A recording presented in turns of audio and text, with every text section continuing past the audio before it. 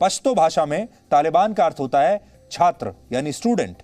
ऐसे छात्र जो इस्लामिक कट्टरपंथ की विचारधारा पर यकीन करते हैं। हालांकि तालिबान बहुत पुराना आतंकवादी संगठन नहीं है। तालिबान की शुरुआत 1990 के दशक से मानी जाती है, जब सोवियत संघ ने अपनी सेना को अफगानिस्तान से निकालना शुरू किया था। अफगानिस्तान में सोवियत संघ की मौजूदगी 10 वर्षों तक रही थी और यह बात 1979 के से 1989 के बीच की है, जब सोवियत संघ की सेनाएं यहां पर थी। 1979 में सोवियत संघ की मदद से अफगानिस्तान में तख्ता पलट के बाद कम्युनिस्ट सरकार का गठन हुआ था और अफगानिस्तान पूरी तरह सोवियत संघ के नियंत्रण में चला गया था। और यह वही समय है जब अफगानिस्तान में सोवियत संघ के खिलाफ मुजाहिदीन गुट और नेता मजबूत होने लगे थे। सोवियत संघ के खिलाफ इस फोर्स को तैयार किया गया और इन अलग अलग गुटों को सोवियत संघ से लड़ने के लिए आप सोचिए कौन समर्थन दे रहा था, कौन ट्रेनिंग दे रहा था। वो था अमेरिका, पाकिस्तान, चीन, ईरान और सऊदी अरब ने पैसा भी दिया, हथियार भी दिया। तो आप ये समझ लीजिए कि अमेरिका ने ही तालिबान को खड़ा किया था। पहले इन्हें पैसा दिया, इन्हें हथियार दिए, ट्रेनिंग दी और इनसे कहा कि आप सोवियत संघ से लड़ो, क्योंकि तब अमेरिका और सोवियत संघ के बीच कोल्ड वॉर चल रहा था।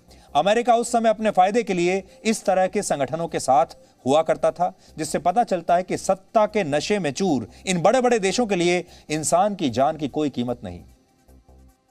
जिस तालिबान को अमेरिका ने खुद पाल पोस कर बड़ा किया, फिर उससे लड़ाई की और आज फिर उससे एक बार फिर से हाथ मिला लिया। बड़ी बात यह है कि सऊदी अरब ही वो देश है जिसने तालिबान की नींव रखने में उसकी मदद की थी। 1990 के दशक में जब अफगानिस्तान में पश्तून आंदोलन चरम पर था, तब सऊदी अरब की तरफ से तालिबान को भरपूर समर्थन मिला और इस पूरे आंदोलन को समर्थन मिला। इस आंदोलन का मकसद था लोगों को इस्लामिक मदरसों में भेजना और सुन्नी इस्लाम की कट्टर मान्यताओं का प्रचार करना। इन मदरसों में लोगों की पढ़ाई का खर्च सऊदी अरब उठाया करता था और ऐसा माना जाता है कि उत्तरी पाकिस्तान के मदरसों से तालिबान का विचार पहली बार निकला और फिर अफगानिस्तान में इसका विस्तार हुआ। यानी तालिबान की जन्मभूमि असल में पाकिस्तान है, जन्म पाकिस्तान में हुआ है और पैसा आया है अमेरिका और सऊदी अरब जैसे देशों से।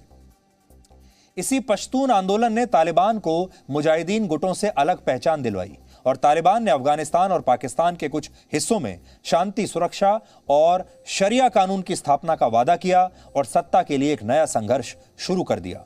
वर्ष 1996 आते आते तालिबान ने काबुल पर कब्जा कर लिया था।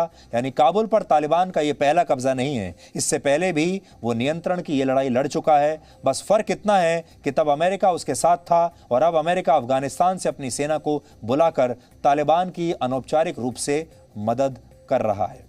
तालिबान ने वर्ष 1996 से 2001 तक 5 साल तक अफगानिस्तान पर शासन किया। दुनिया के केवल 3 देश ऐसे थे जिन्होंने तालिबान सरकार को उस समय मान्यता दी थी, सिर्फ 3 देश, और ये 3 देश थे पाकिस्तान, सऊदी अरब और UAE।